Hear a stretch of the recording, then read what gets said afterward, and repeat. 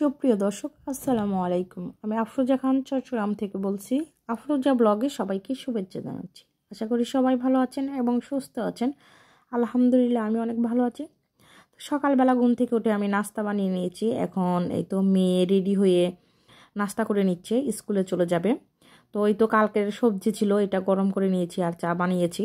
তো মেয়ে চাই দিয়ে খেয়ে যাচ্ছে আর কি, পরোটা। তো আমরা কিন্তু অফ ক্যামেরায় নাস্তা করে নিয়েছি সবাই। মেয়ে তো নাস্তা করে স্কুলে চলে গেল। তো আর এখন আমি আর কি রাত্রে প্লেটগুলো রয়ে গেছে, এইগুলা ধুয়ে নিচ্ছি। কারণ রাত্রেবেলা শীতের মধ্যে দেখি পানি প্রচুর ঠান্ডা থাকে। আর যেহেতু ছোট বাচ্চার মা, তো তার জন্য আর কি রাত্রেবেলা ধুই নেই। এখন আর কি রোদ উঠে গেছে, তো তারপর আর কি ধুচ্ছি এইগুলা। তো প্লেট মেজে তারপর আবার দুপুরে রান্না করব। একটার পর একটা কাজ আছেই। সকালবেলা ঘুম থেকে উঠে অত সকালবেলা আর কি ঘুম থেকে ওঠা হয় না, কারণ বেশি সকালবেলা উঠলে অনেক ঠান্ডা থাকে। তো যেহেতু আমার যদি ঠান্ডা লেগে যায় তাহলে তো ছেলেরও ঠান্ডা লেগে যাবে। তো একটু দেরি করেই উঠি আর কি, 8টার দিকে। তো 8টা বাজে উঠলে আবার মেয়েদের স্কুলে এখন 10:30 থেকে। তো 10টার ভিতরে নাস্তা রেডি হয়ে গেলে ওরা সুন্দরভাবে নাস্তা খেয়ে যেতে পারে। তো ওদেরকে নাস্তা খাইয়ে দিয়ে তারপর আমি নাস্তা করে নিয়েছি। আর ওর আব্বু আজকে নাস্তা খেয়ে যায়নি। আমি সকালবেলা নাস্তা রেডি করার জন্য 7টা বাজে উঠতে চাইছিলাম। ওর আব্বু বললো যে না, শুয়ে থাকো, অনেক ঠান্ডা বাহিরে, তোমার এখন ওঠার দরকার নেই, আমি নাস্তা বাহিরে আর কি খেয়ে নিব। তো ও কিন্তু আমাকে অনেকটাই আর কি হেল্প করে, অনেক বুঝে। তো ও নাস্তা মানে না খেয়ে চলে গেল, বললো যে না, ওঠার দরকার নেই, তো সকাল সকাল নাস্তা তুমি বানিয়ে তোমরা খেয়েও, আমরা দোকানে খেয়ে নিব। কারণ ওর কাজ চলতেছে, ও তো সকাল সকালে বেরিয়ে গিয়েছে।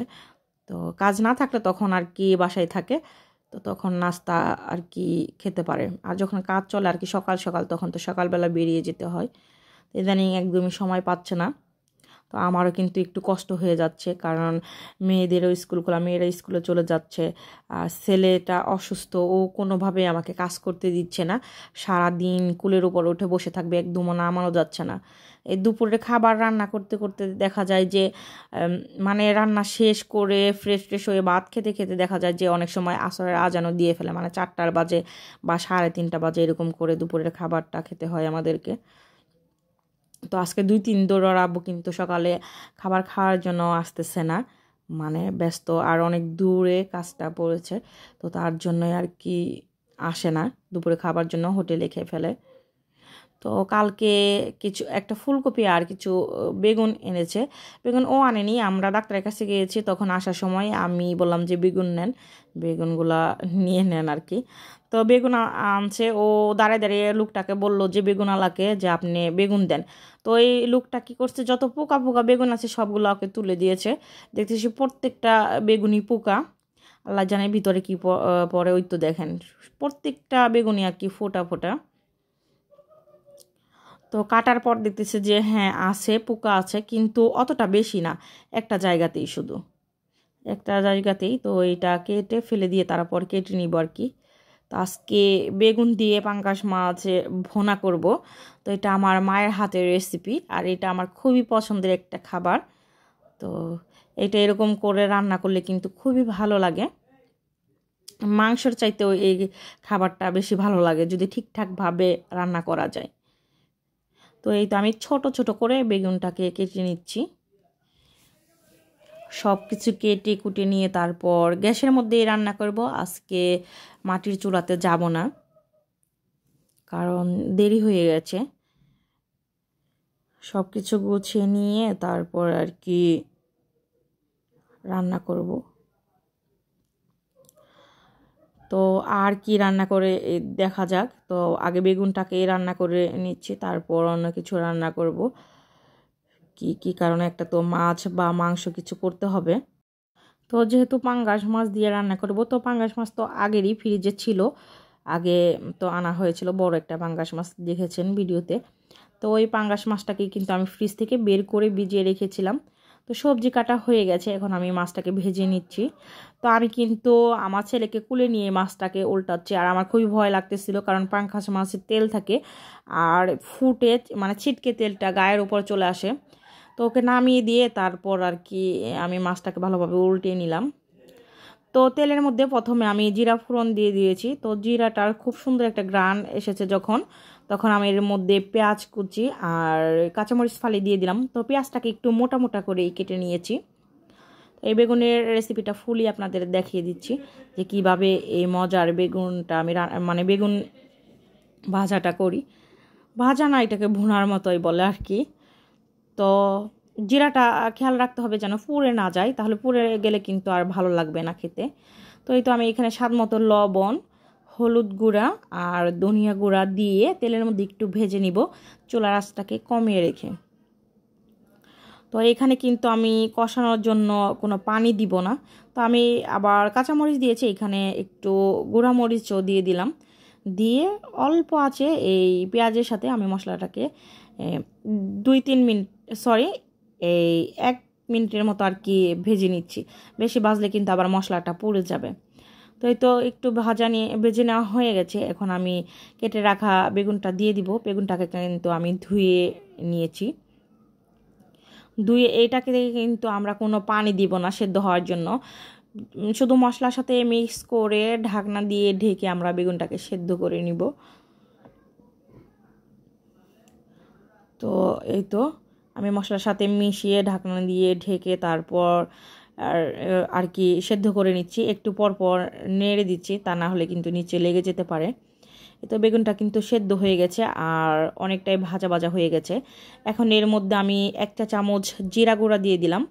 তো জিরা গুঁড়া দেওয়ার পর আমি এখানে ভেজে রাখা মাছটাকেও দিয়ে দিব।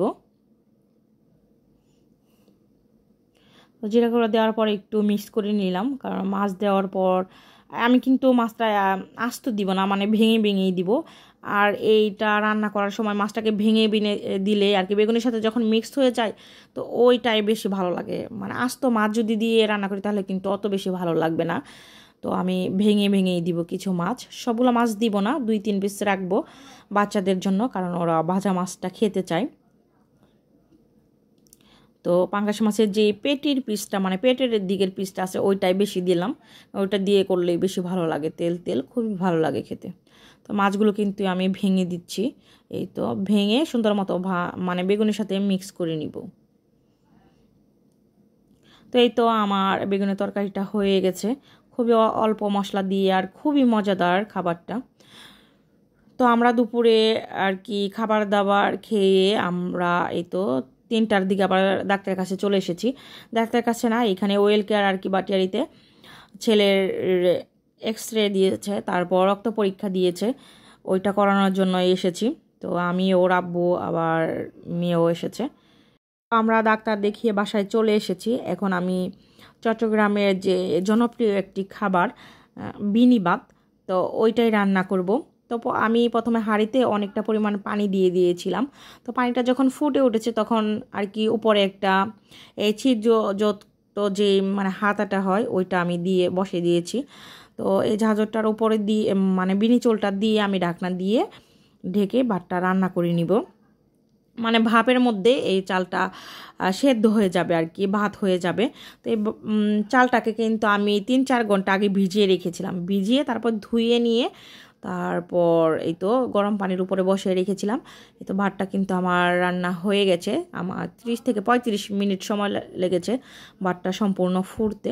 আর সম্পূর্ণ ঠিকঠাকভাবে মানে ফুটাতে হবে ভাতটা, কারণ আমরা যখন গুড়ের মধ্যে এই ভাতটাকে দিব তখন কিন্তু এটা আরও একটু শক্ত হয়ে যাবে। আর আমরা যদি পুরোপুরিভাবে না ফুটিয়ে এটা মানে ভাতটা রান্না করি তাহলে দেখবেন যে মানে গুড়ের ভিতরে দিলে আরও শক্ত হয়ে যায়। এটা কিন্তু আমি ঢাকাতে কখনোই খাইনি, এই চট্টগ্রাম আসার পরেই আমি খেয়েছি, আর আমার থেকে খুবই ভালো লাগে এই বিনি ভাতটা। তো চালটা একদম মানে একটার সাথে আরেকটা লেগে থাকে, খুবই ভালো লাগে খেতে। আর এটা খেজুরের গুড় দিয়ে রান্না করতে হয়, চিনি দিয়ে রান্না কখনো করিনি। আর অনেকে দেখি করে, কিন্তু খেতে অতটা ভালো লাগবে না আমার মনে হয়, এই খেজুরের গুড় দিয়ে রান্না করলেই বেশি ভালো লাগবে।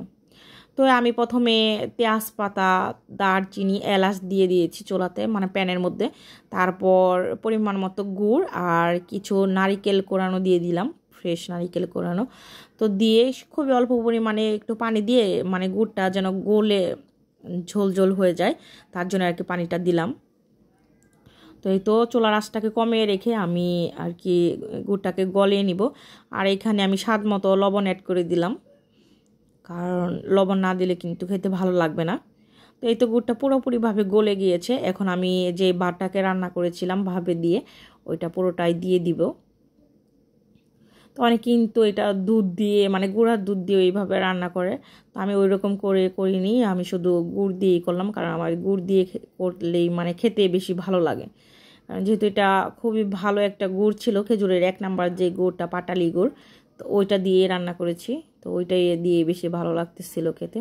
আর এই গুড়টাও কিন্তু আমি ঢাকা থেকে এনেছি, তো এখান থেকে নেওয়া না, কারণ এইখানের গুড়টা মানে কোথায় ভালো গুড় পাওয়া যায় সেটা আমি জানি না। তো আব্বু কিন্তু জানে না কোথায় ভালো গুড় পাওয়া যায়, সব সময় ঢাকা থেকে আনি, তো ওইটা দিয়ে আর কি করি। তো এই তো ভাতটাকে আমি খুব সুন্দরভাবে আর কি রান্না করে নিলাম উল্টে পাল্টে। তো এটা কিন্তু একদম আঠালো, একটার সাথে আরেকটা লেগে যাচ্ছে। তো আমার ভাতটা কিন্তু রান্না প্রায় হয়ে এসেছে, কালারটা অনেকটাই চেঞ্জ হয়ে এসেছে। তারপর আর কি আজকে বিকেলবেলা এই বিরিয়ানি চোলের ভাত দিয়ে সবাই নাস্তা করব, অন্য কিছু করব না, মিষ্টি জাতীয় খাবার আর কি। তো মিষ্টি খেতে সবাই পছন্দ করে, কিন্তু ওর আব্বুর তো ডায়াবেটিস আছে, তারপরেও খাবে, কারণ ওর থেকে ওনাকে ভালো লাগে এটা খেতে। আর বড় মেয়ের একটু কম পছন্দ মিষ্টি জাতীয় খাবার। তো এই তো আমার রান্না হয়ে গেল, এখন আমি সবাইকে আর কি দিব। তো এই তো কত সুন্দর একটা কালার এসেছে, খেতেও কিন্তু অনেকটাই মজা হয়েছিল। তো আজকের এই ভিডিওটা এই পর্যন্তই। সবাই ভালো থাকবেন, সুস্থ থাকবেন। আল্লাহ হাফেজ।